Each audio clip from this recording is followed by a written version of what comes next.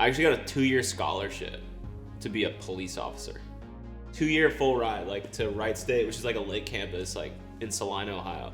A couple months later, I just packed my things up and I found my credits and I transferred to Ohio State. I was like, I gotta go to a camp, I gotta drop in somewhere. I need to feel fear. Really, that's probably where I got my bearings. It's like just learning entrepreneurship, learning how to like deal with fear and anxiety and kind of stuff that down and still push through to try to like get good grades and stuff. And I finished magna cum laude, so it's really cool.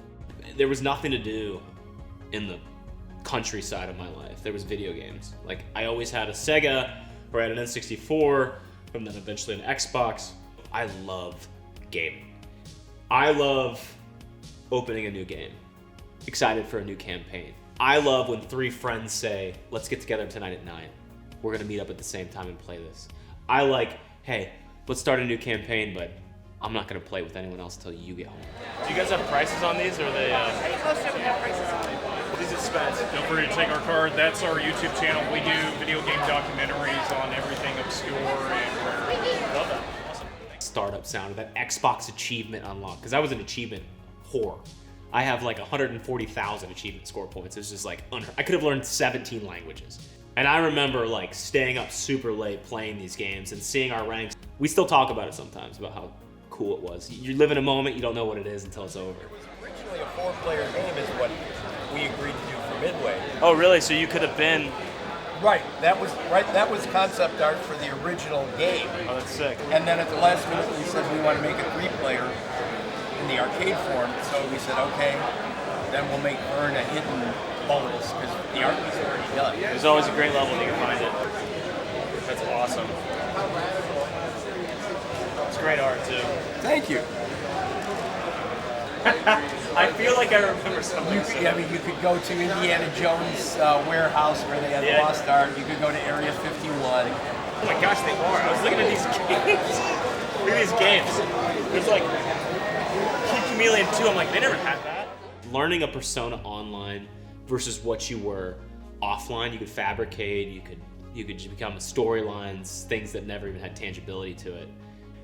Absolutely, my man. I'm great at PUBG. No experience.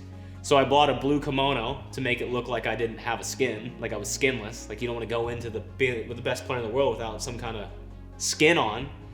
So I bought the blue kimono in season 2 when I first started, and it's stuck with me ever since. People ask like, why do you have the blue kimono? It's because I was fibbing a little to Shako Taka when I didn't want to wear like a general skin to the match, so I bought what I thought was funny, and it was a sun hat, a blue kimono, and my glasses, and the rest is history. Did a couple laps around the gym. You're right, that really did smell. It really brought some memories back for me. Like Easter gym, like when it's hot, and you don't shower after gym, just go back to ninth period, go with it. Like now I go to the gym, and if the guy next to me sticks to the slightest, I'm like, this guy's disgusting. I couldn't imagine high school. I just couldn't. I don't know where we're at. Well, that was a crazy transition. That's a wall. Wow. We literally just drove. How do I leverage other platforms to feed Twitch, right? Like, what do I do? Because, I mean, we all see it.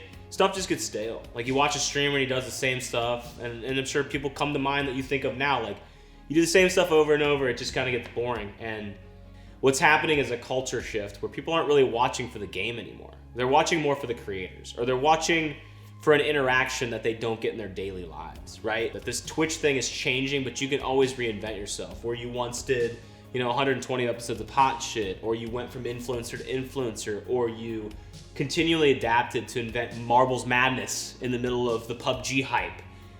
That there's always an opportunity to reinvent yourself. Simply put, this isn't as good as it gets. It always gets better.